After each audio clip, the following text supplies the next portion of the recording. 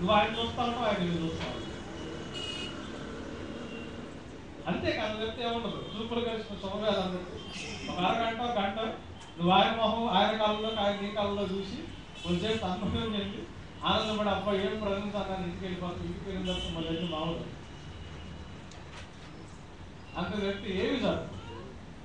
ఎందుకు? దేవుడు నీకు ఇచ్చిన దాన్ని నీవు ఎంత నమ్మకంగా దాన్ని హ్యాండిల్ చేశావో నెక్స్ట్ టైం దేవుడు ఏం చేస్తాడు అంతే నమ్మకంగా ఇస్తాడు. చదువు నమ్మకం కంటిన్యూ చేయకండి. ఏమంటాడు? మరి ఎక్కువగా మీకు ఇయ్యబడును, కలిగిన వానికి ఇయ్యబడును. ఇప్పుడు చూడండి, కలిగి ఉండటం అంటే ఏం కలిగి ఉండటం? ఏం కలిగి ఉండటం? దేవుడు నీకు ఇచ్చిన దాని విషయంలో నమ్మకం కలిగి ఉండటం. కలిగిన వారికి ఇవ్వబడుతుంది, వాడికి సమృద్ధి ఉంటుంది. లేనోడి దగ్గర నుంచి తీసివేయబడుతుంది. ఆలోచించండి ఏం కలిగిన. అందుకే ఎహెజ్కేలు గ్రంథంలో ఏమన్నాడు? ద్రోహులు అన్నాడు. ద్రోహులు అన్నాడు. దేవుడు నమ్మి నీకు నాకు కొన్ని ఇచ్చాడు. దేవుడు సొమ్ము ఎవరెవరి దగ్గర ఉంది చెప్పండి? ఏముంది చెప్పండి? దేవుడు సొమ్ము మీ దగ్గర ఎవరి దగ్గర దేవుడు సొమ్ము ఉందా? మీ దగ్గర ఎవరి దగ్గర దేవుడు సొమ్ము ఉందా? ఉందా లేదా? ఏముంది? ఏముంది? వెళ్ళకట్టలేని క్రీస్తు రక్తం. మనం మెసేజ్ వింటా ఉంటారు రవిజన్ ఆయన ఎక్కడో చదివాడు అన్నమాట మాట. ఆ సర్మన్ మొత్తానికి చదివిన మొత్తానికి కంక్లూజన్లో క్వశ్చన్ ఉందంట. ఏంటి అంటే వాట్ విల్ యూ సే? పరలోకానికి వెళ్ళి తండ్రి నిన్ను క్వశ్చన్ అడిగితే నువ్వేం చేస్తావు? ఆ క్వశ్చన్ రాశాడు. ఏంటంటే what did you do with my son Jesus? అంటే నా కుమారుడిని వేసుకొని నువ్వేం చేసావు అని చెప్పి తండ్రి నిన్ను క్వశ్చన్ వేస్తే ఏ సమాధానం లేదు. What did you do with my son అన్నాడు. అంటే దేవుడు క్వశ్చన్ వేసాడు. నా కుమారుడు నీ కోసం ఇచ్చాడు. ఎలా ఇచ్చాడు? వధించబడ్డ బలి కోసం ఇచ్చాడు. ఉరికిన ఇలా అలంకరించి ఇలా ఆయన్ని వధించి ఆయన రక్తంతో నీకు వెలగట్ట ఆయన నీ చేతులు పెట్టాడు. నా కుమారుడు నువ్వు ఏం చేసావు అని అడిగితే ఏం చెప్తాను? What did you do with my son అని దేవుడు అడిగాడు. నా కుమారుడు నీకు ఇచ్చాను, ఆయనతో ఇన్ని సంవత్సరాలు బ్రతుకుతున్నావు, ఆయనతో నువ్వేం చేశాడంటే ప్రాపర్ ఇల్లు కట్టుకున్నాను, ఒక కారు కొనుక్కున్నాను, టీవీ కొనుక్కున్నాను, ఎల్ఈడి టీవీ, కట్టు టీవీ, అందరిలో మంచి పేరు తెచ్చుకున్నాను, బాగా డబ్బులు సంపాదించాను, తలా 2 లక్షలు మా కొడుకుల పేర్లు రాసి తలా 1 ఎకరం పొలం రాసి వచ్చాను ప్రభావం. నా కొడుకు నీకు ఇచ్చాను, నా కొడుకు ఏం చేశాడంటే ఏ సమాధానం ఉంటుంది? ఏ సమాధానం ఉంటుంది? దేవుడు నమ్మి నీ చేతిలో నా చేతి నమ్మి నీకు నాకు కొన్ని ఇచ్చాడు కదా, తర్వాత ఇచ్చాడు. ఇవ్వలేదా? ఈ వారం వరకు మనం బ్రతుకున్న దేవుడికి ఇస్తా కానీ ఈరోజు దేవుడు ఇచ్చినట్టే కదా. దేవుడు నీకు ఇస్తున్న జీవితాన్ని నువ్వేం చేస్తున్నావు? దేవుడి ఇచ్చిన నమ్మకాన్ని బట్టి జీవించేవాడికి, నమ్మకం కలిగి జీవిస్తున్నవాడికి దేవుడు ఇంకా ఇస్తాడు. ద్రోహం చేసేవాడి దగ్గర నుంచి దేవుడు ఏం చేస్తాడు సార్? తీసేస్తాడు. ఇదే మాట మళ్ళీ మనకు మత్తయి సువార్త 25వ అధ్యాయము, నేను ముగిచేస్తున్నాను, చివరికి వచ్చాను. మత్తయి సువార్త 25వ అధ్యాయము 14 నుంచి 30 దాకా చదివితే అక్కడ 5 తలాంతులు, 2 తలాంతులు, 1 తలాంతు ఆ ఉపమానం ఉంటుంది. ఒకటి దేవుడు 5 తలాంతులు ఇచ్చాడు, ఒకటి 2 ఇచ్చాడు, ఒకటి 1 ఇచ్చాడు. 5 ఇచ్చినోడు 10 చేశాడు, 2 ఇచ్చినోడు 4 చేశాడు, 1 ఇచ్చినోడు దాన్ని దాచిపెట్టాడు. వాళ్ళతో దేవుడు మాట్లాడతాడు, చివరితో మాట్లాడుతూ మాట్లాడు. చూడండి, మొత్తం చదవడం అవసరం లేదు కానీ 26వ వచనం నుంచి చదవండి.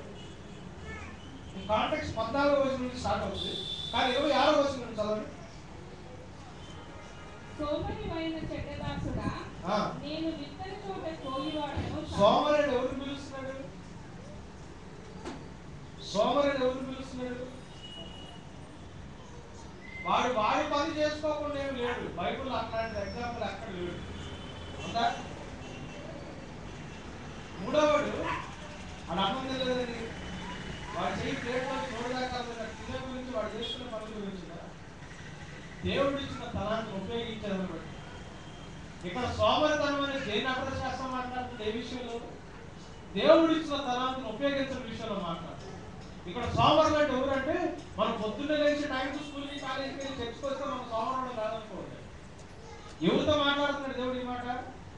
దేవుడు ఇచ్చిన దాన్ని ఉపయోగించుకున్నదాన్ని అక్కడ పడేసినతో మాట్లాడుతున్నాడు. సోమరి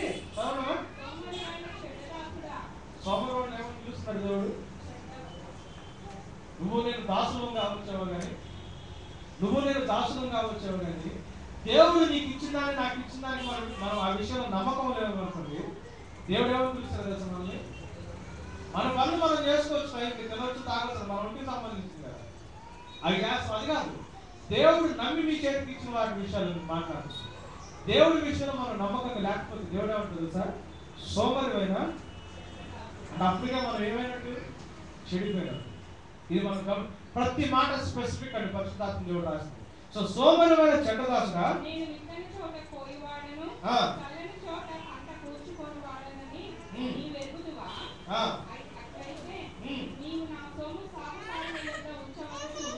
ఏమంటాడండి? నువ్వు నా సొమ్ము చదవడం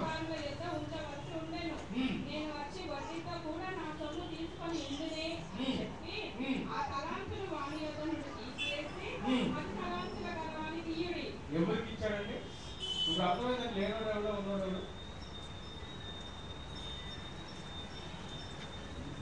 ఉన్నోడంటే ఏమున్నాడు? దేవుని వాక్యం పట్ల నమ్మకత్వంగా జీవిస్తా దానికి విధేయత చూపించినట్టు అటువంటి జీవితం కలిగిన దేవుడు ఉన్నోడు. విధేయత ఉన్నోడు, విధేయత లేనోడు. దేవుడి విషయంలో నమ్మకత్వంగా జీవిస్తున్నోళ్ళు, నమ్మకంగా జీవించినోడు. సోమరితనం లేనోడు, సోమరితనం ఉన్నోడు. చెడుతనం లేనోడు, చెడుతనం ఉన్నోడు. ఎవరి చేతుల నుంచి దేవుడు తీసేస్తాడు? విధేయత దేవుని పట్ల అటువంటి నమ్మకత్వం లేనోడు కదా. దేవుడు ఈరోజు నాకు కొన్ని వరాలు ఇవ్వచ్చు, కొన్ని ఫలాలు ఇవ్వచ్చు. బైబిల్ ఏమన్నా తెలుసా? ఫలం అంట రాజ్యం అంట ఫలించిన వారి చేతుల్లో నుంచి తీసివేయబడి ఫలించే వారి చేతికి ఇవ్వబడుతుంది. బైబిల్లో చాలా క్లియర్. ఈరోజు దేవుని రాజ్యంలో మీరు నేను ఉన్నానేమో కానీ దేవుడు ఆశించిన ఫలం మన దగ్గర లేకపోతే ఆ రాజ్యం మన చేతుల నుంచి తీసివేయబడి ఫలించే వాడి చేతికి అది ఇవ్వబడుతుంది. ఎవరి చేతికి ఇవ్వబడుతుంది? ఫలించే వాడి చేతికి ఇవ్వబడుతుంది. దేవుని సొమ్ము నీ దగ్గర నా దగ్గర ఉంది. మనం పొందుకున్న కృప, మన మీద ఉన్న శిలువ ప్రోక్షణ, మనకున్న పరిశుద్ధాత్మ దేవుని యొక్క సహవాసం, అభిషేకం, నీ చేతుల్లో నా చేతుల్లో ఉన్న వాక్యం దేవుని సొమ్ము. నువ్వు నేను 500 పెట్టి 1000 రూపాయలు పెట్టి బైబిల్ పొందుకున్నాయేమో కానీ నీ చేతుల్లో నా చేతుల్లో ఉన్న జ్ఞానం ఎవరిది? దేవుని సొమ్ము. అది నీ నీ నీ నీ ఒంట్లో ఉన్న ఊపిరి నా ఒంట్లో ఉన్న ఊపిరి, నీ ఒంట్లో ఉన్న శక్తి నా ఒంట్లో ఉన్న శక్తి, నీవు నేను జీవించడానికి దేవుడు ఇచ్చిన జీవనోపాధి, ఇవన్నీ దేవుడు సొమ్ములే.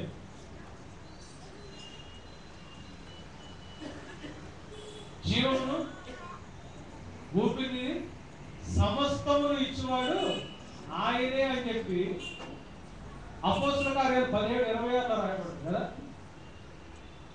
దేవుని దివ్యశక్తి జీవానికి భక్తి కావాల్సిన సమస్తాన్ని మనకి ఇస్తారని 2 పేతురు 1వ అధ్యాయంలో రాయబడింది.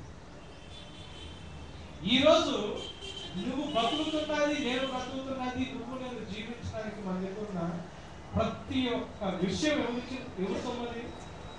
ఎవరి సొమ్మది? దేవుని సొమ్ము.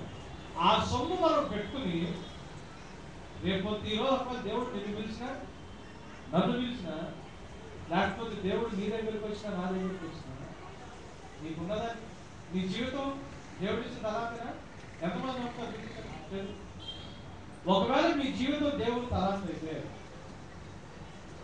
ఒక్క తలాంత తీసుకున్న గ్రూప్ లో మీరు కూడా ఉంటే దేవుడు వచ్చినప్పుడు ఎన్ని చూపిస్తానికి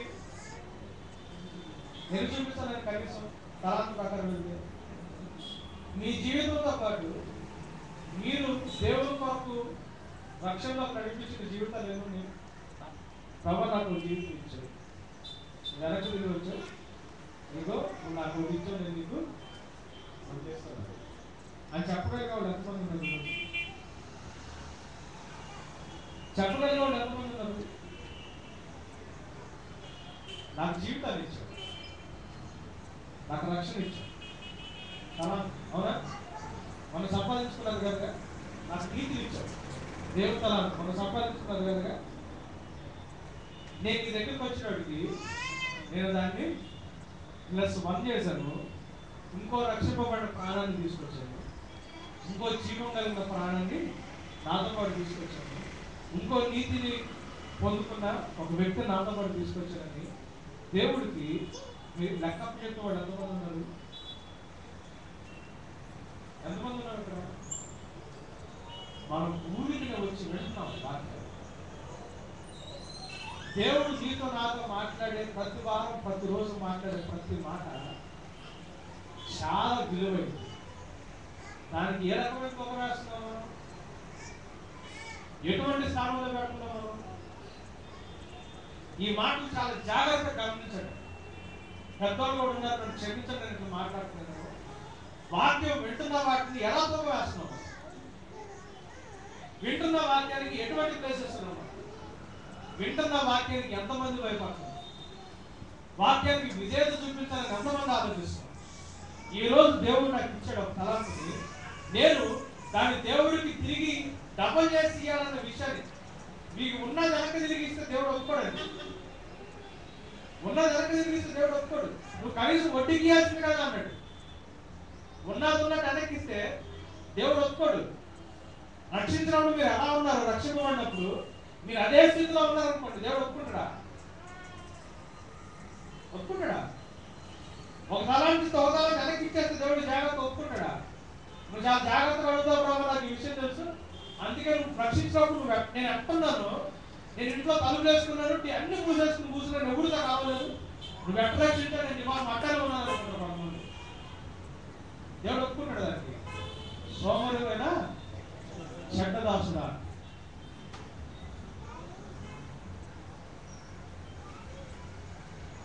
నాలుగు సంవత్సరాల నుంచి ఇక్కడ చర్చ జరుగుతుంది. 4 సంవత్సరాల నుంచి ఉన్నోడు ఉన్నారు, లాస్ట్ వీక్ నుంచి వస్తున్నాడు కూడా ఉన్నారు కదా. నేను చెప్పే వాక్యమే కరెక్ట్ అన్న కాన్సెప్ట్ అనేది మాట చెప్తున్నా. కానీ మనం దేవుని వాక్యాన్ని నేర్చుకుంటాం, సత్యాన్ని నేర్చుకుంటాం. నేర్చుకున్న దాన్ని ఏ కొలతలో కొలుస్తున్నాము, ఏ స్థానం ఇస్తున్నాము, ఎంతవరకు విజయాన్ని చూపిస్తున్నాము. నువ్వు ఏ కొలతలో కొలిస్తే, నేను ఏ కొలతలో కొలిస్తే అదే కొలతలో నాకు వెనక్కి ఇవ్వబడుతుంది. కానీ అర్థమైందండి. చాలా మంది ఏం చేస్తారు సార్, పర్సనల్ ప్రేయర్. మీకు ఒక విషయం తెలుసా అండి, నా ప్రార్థన బట్టి లేకపోతే ఒక దైవజన ప్రార్థన బట్టి ఎవరికి ఏ మేలు జరగదు. దేవుడు నీకు ఇచ్చిన కొద్దిగా ఏదైతే ఉందో, మరి లేకపోతే ఒక పెద్ద దైవజనుడు అంతా నీకు ఇవ్వకపోవచ్చు, దేవుడు నీకు 5 తలాంతులు ఇవ్వకపోవచ్చు, దేవుడు 2 ఇవ్వకపోవచ్చు, దేవుడు నీకు 1 ఇవ్వచ్చు. దేవుడు నీకు ఇచ్చిన దాంట్లో నువ్వు నమ్మకం నుండి నువ్వు దేవుడు ఇచ్చిన దాన్ని ఏ రకంగా కొలుస్తావో దేవుడు అదే రకంగా నీకు రిప్లై ఇస్తాడు. మీ కొలతలో ప్రాబ్లం ఉందనుకోండి, మీరు పెద్ద దేవుడు ప్రార్థన చేస్తారు, ప్రార్థన చేస్తే దేవుడు వేరే కొలత. నా కొలతను బట్టి దేవుడు మీ కొలవడుగా, మీ కొలతను బట్టి దేవుడు నా కొలవడుగా, ఎవరి కొలతను బట్టి దేవుడు వాళ్ళకే కొలుస్తాడు. చాలా మందికి ఇది ప్రాబ్లం, సమస్య ఉంటుంది. సమస్య కాదు, ఈ దగ్గరికి ఆయన దగ్గరికి, ఆయన దగ్గరికి, ఈ దగ్గరికి, ఈయన ముద్రాలు, ఆయన ముద్రాలు, ఆయన పూలు, ఈ పూలు అన్ని చేస్తుంటారు. ప్రాబ్లమ్ ఎవరో వచ్చి చేస్తే దేవుడికి ఆయన ఎంత ఇంపార్టెంట్, నేను ఎంత ఇంపార్టెంట్, మీరు కూడా దేవుడికి అంటే దేవుడికి అటువంటి పార్షియాలిటీ లేదు. ఒకటి కాదు ఏదో చేయించేసి ఇంకోటి 6 సార్లు ఇది చేయిస్తారని చెప్పి దేవుడు అట్లాంటి అట్లా అక్కడ ఆయన కృపను బట్టి నేను ఇక్కడ వాక్యం చదువుతున్నానే కానీ నాలో ఏ గొప్పదనం లేదు ఇక్కడ వాక్యం చెప్పాలి. ఆయన కృపను బట్టి సంఘాన్ని నడిపిస్తున్నాను కానీ నాలో ఏ మంచి లేదు సంఘాన్ని నడిపించేంత. మీరు నాలో ప్రార్థన చేయించుకుంటే తీరే అంత మంచితనం కానీ క్వాలిఫికేషన్ కానీ నాకైతే ఖచ్చితంగా లేదు. మీరు అనుకుంటున్నారు కానీ నేను ఖచ్చితంగా చెప్తాను ఈ మాట. నన్ను డిస్క్వాలిఫై చేసుకుంటే ఈరోజు నాకు లేదు, ఏ మనిషికి లేదు. మనిషి అతిశయపడడానికి ఎటువంటి కారణం మనిషి దగ్గర లేదు. మరి దేవుడు ఎటువంటి సమయంలో మనకు సమాధానం చెప్తాడు? నీకు ఇచ్చిన కొంతలో దేవుడిని కొంచెం వేయవచ్చు, మొత్తం చెప్పవచ్చు, చిన్న రెవల్యూషన్ ఇవ్వచ్చు, కొంత మాట నీకు ఒక విషయం చెప్పవచ్చు. దేవుడు నువ్వు దాన్ని ఎలా కొలిచావో, నువ్వు దానికి ఎలాంటి విలువ ఇచ్చావో, నువ్వు దాని విషయంలో ఎలా జీవిస్తున్నావో దాన్ని బట్టి నెక్స్ట్ టైం నువ్వు దేవుడి దగ్గరికి వచ్చినప్పుడు దేవుడు నీకు. అందుకే మనం ఏది ఎంత ప్రార్థన చేసి ఏం కావట్లేదు. ఎందుకంటే నువ్వు ఏ కొలతలో కొలుస్తున్నావు దేవుడిని, ఏ కొలతలో కొలుస్తున్నావు మనం దేవుడిని. చిన్న చిన్న విషయాలు చేయమండి, చెడ్డ మాటలు మాట్లాడకూడదు. మనం మాట్లాడాల్సి చిన్న చిన్న విషయాలలో దేవుడికి మనం సరైన పాలన దేవుడు మాట. నీకు పెద్ద సమస్య వచ్చినప్పుడు దేవుడు ముందు నన్ను ఆదరించాలని రూలేదు. గమనించండి, ఆయన మనకు బాస్ గారు, మనం ఆయనకు బాస్ గారు. మనం ఆయనకు బాస్ గారు కాదు, ఆయన మనకు బాస్.